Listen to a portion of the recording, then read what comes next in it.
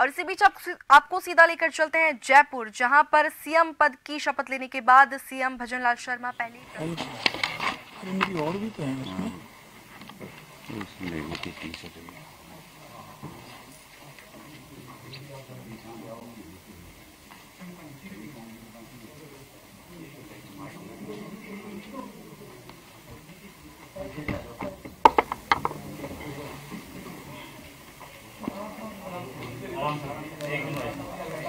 आराम से कर लीजिए।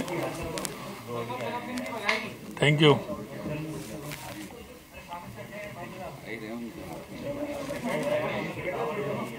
वही बोल रहा, कहाँ बुलाओ ना उनको। कहाँ ले गया वो?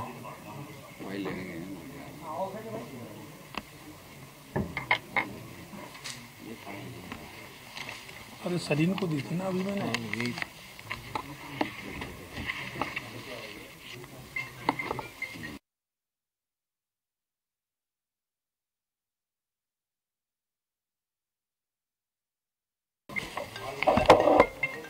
आज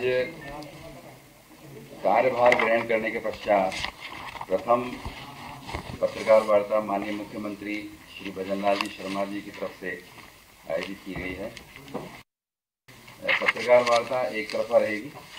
मैं माननीय मुख्यमंत्री श्री भजनलाल जी शर्मा जी को आमंत्रित करता हूं कि पत्रकार वार्ता को संबोधित करें।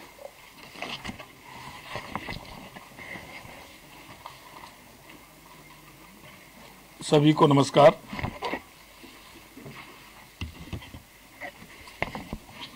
सबसे पहले तो मैं आपके माध्यम से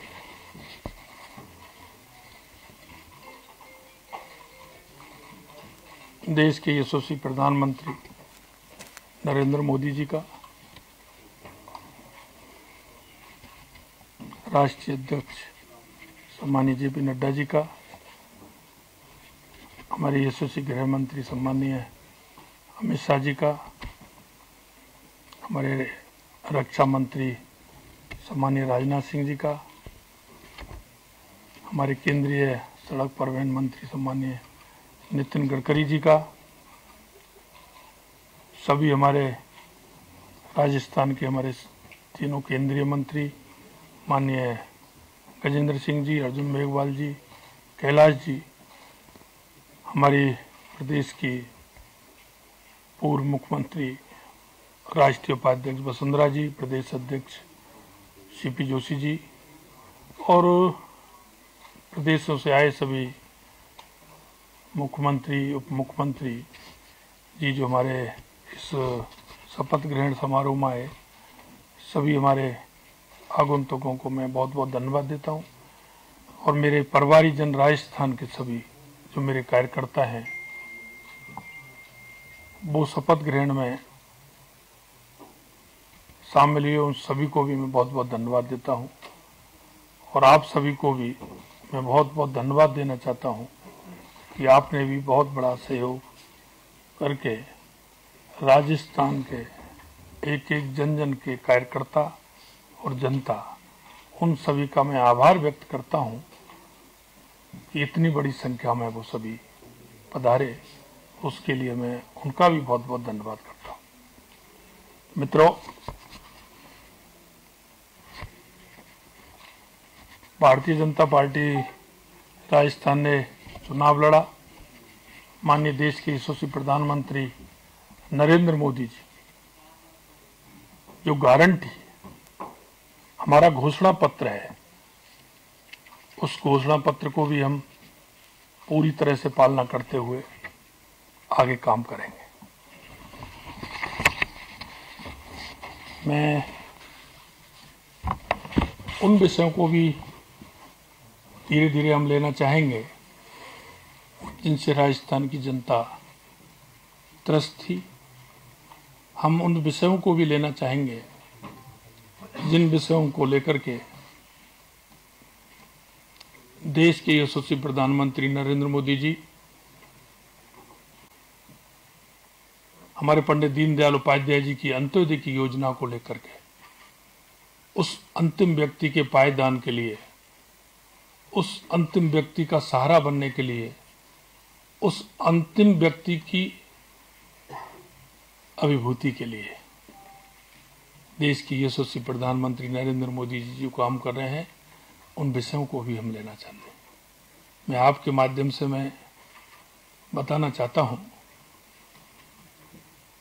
कि महिलाओं के लिए हमारे यशस्वी प्रधानमंत्री जी ने जिस तरह का काम किया है पूरे देश के अंदर, हमने राजस्थान में महिला और बाल का अत्याचार देखा है। हमारी ये सरकार किसी भी कीमत पर महिला और बाल का अत्याचार सहन नहीं करेगी। महिला सुरक्षा, भ्रष्टाचार हमारी प्रमुख रूप से प्राथमिकताएं रहेंगी। कानून व्यवस्था हमारा प्रमुख विषय रहेगा।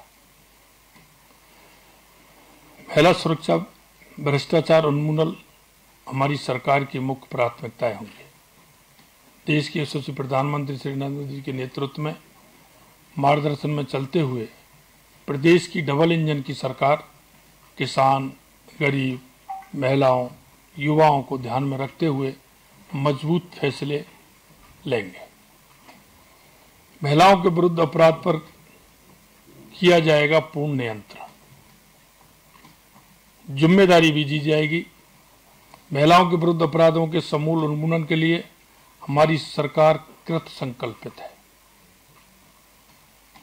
असामाजिक एवं आपराधिक तत्वों को चिन्हित कर उन पर भी कठोर कार्रवाई की जाएगी। प्रदेश की जनता को मिलेगी भ्रष्टाचार से मुक्ति। सरकार भ्रष्टाचार के विरुद्ध जीरो टॉलरेंस की नीति पर चलते हुए कार्य करेगी। लंबित प्रकरण को तुरंत निस्तारण होगा। विभिन्न कार्यालयों में आने वाले प्रत्येक व्यक्ति की समस्या का संवेदनशीलता से एवं सम्मान के साथ समाधान किया जाएगा।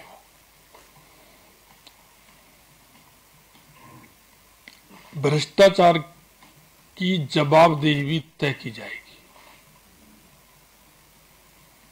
पेपर लीक मामले की जांच के लिए एसआईटी का गठन किया जाएगा।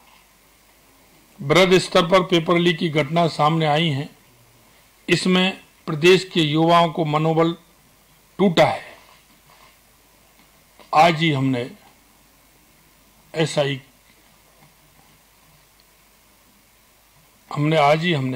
एसआईटी का गठन की प्रक्रिया प्रारंभ की और आज मैं कहना चाहता हूं कि एसआईटी का गठन होगा। पेपर लीक के मामले में के लिए जांच एसआईटी की गठन करने का निर्णय लिया है। प्रदेश के युवाओं की शक्ति के भविष्य के साथ जो खिलवाड़ करने वाले अपराधियों को सख्त सजा मिलेगी, क्योंकि उन युवाओं का भविष्य अंधकार में जिन्होंने डालने का काम किया है, ये सरकार किसी कीमत पर उनको बख्शने वाली नहीं। भविष्य में कोई पेपर लीक की घटना ना हो, ये सुनिश्चित किया जाएगा। जिन्होंने किया है उनको छोड़ा नहीं जाएगा। एंटी गैंगस्टर टास्क फोर्स की भी घोषणा करते हैं। संगठित अपराध उन्मूलन के लिए एडीजीपी अधिकारी के नेतृत्व में एक विशेष कार्यदल एंटी गैंगस्टर टास्क फोर्स का गठन किया जाएगा। प्रदेश के अंदर किसी भी तरह का अपराध नहीं होने दिया जाएगा। सख्त कार्रवाई की जाएगी और किसी भी तरह का अपराध होगा उसके खिलाफ कार्रवाई होगी। जैसा मैंने कहा, देश के यशस्वी प्रधानमंत्री नरेंद्र मोदी जी पंडित दीनदयाल उपाध्याय जी के अंत्योदय की योजना को लेकर के कल 16 दिसंबर को पूरे राजस्थान के अंदर विकसित भारत संकल्प यात्रा से जनता तक पहुंचेगी जन कल्याणकारी योजना है। मैं आपके माध्यम से मैं बताना चाहता हूं कि माननीय प्रधानमंत्री जी का ये ड्रीम प्रोजेक्ट पंडित दीनदयाल उपाध्याय के अंत्योदय को लेकर के जो उन्होंने पूरे देश के अंदर उन गरीब परिवारों को चिन्हित करने का भी काम किया है और उनको उन योजनाओं का लाभ देने का भी काम किया है। हम चाहते हैं कि कोई भी पात्र व्यक्ति इस योजनाओं से वंचित ना रहे। इसके लिए भी हमने एक प्रदेश के अंदर एक मॉनिटरिंग कमेटी का गठन किया है कि प्रतिदिन कितने पात्र लोगों को लाभ देने का काम किया है। ये काम सिर्फ पेपर पर नहीं होगा, ये काम जनता के बीच में जाकर के जो हमारा विकसित भारत संकल्प यात्रा है इसके माध्यम से पूरे प्रदेश के अंदर होगा। देश के यशस्वी प्रधानमंत्री श्री नरेंद्र मोदी के विजन पर चलते हुए भारत विकासशील से विकसित देश बनने की ओर तेजी से अग्रसर हो रहा है। यात्रा के तहत प्रदेश में सभी लाभार्थियों तक जन कल्याणकारी योजनाओं की पहुंच सुनिश्चितता की जाएगी। सभी पात्र व्यक्तियों को योजनाओं से जोड़कर उनके जीवन स्तर को ऊपर उठाकर उनके सशक्तिकरण का कार्य करेगी। यात्रा के द्वारा अब तक सरकारी योजनाओं के लाभ से वंचित सभी प्रदेशवासियों को लाभान्वित किया जाएगा। किसी भी प्रकार से अगर कोई पात्र व्यक्ति छूटता है तो इसकी जिम्मेदारी भी तय की जाएगी कि वो पात्र व्यक्ति किस कारण से छूटा गया। मैं आपके माध्यम से इतना निवेदन करना चाहता हूं, ये हमारी सरकार अंत्योदय गरीब कल्याण के लिए उस अंतिम पायदान पर बैठे उस व्यक्ति के लिए जिसको आवश्यकता है, उस आवश्यकता की पूर्ति के लिए और उस पात्र व्यक्ति को उसका पूर्ण रूप से विकास की माननीय नरेंद्र मोदी जी की योजनाओं का लाभ मिले, ये सुनिश्चितता हमारी सरकार करेगी। मैं आपको आज इतना ही, समय समय पर आगे और भी हमारे जो काम है उनके बारे में आपको जानकारी दी जाएगी। आपके माध्यम से मैं इतना ही, सभी को नमस्कार, जय हिंद, जय भारत।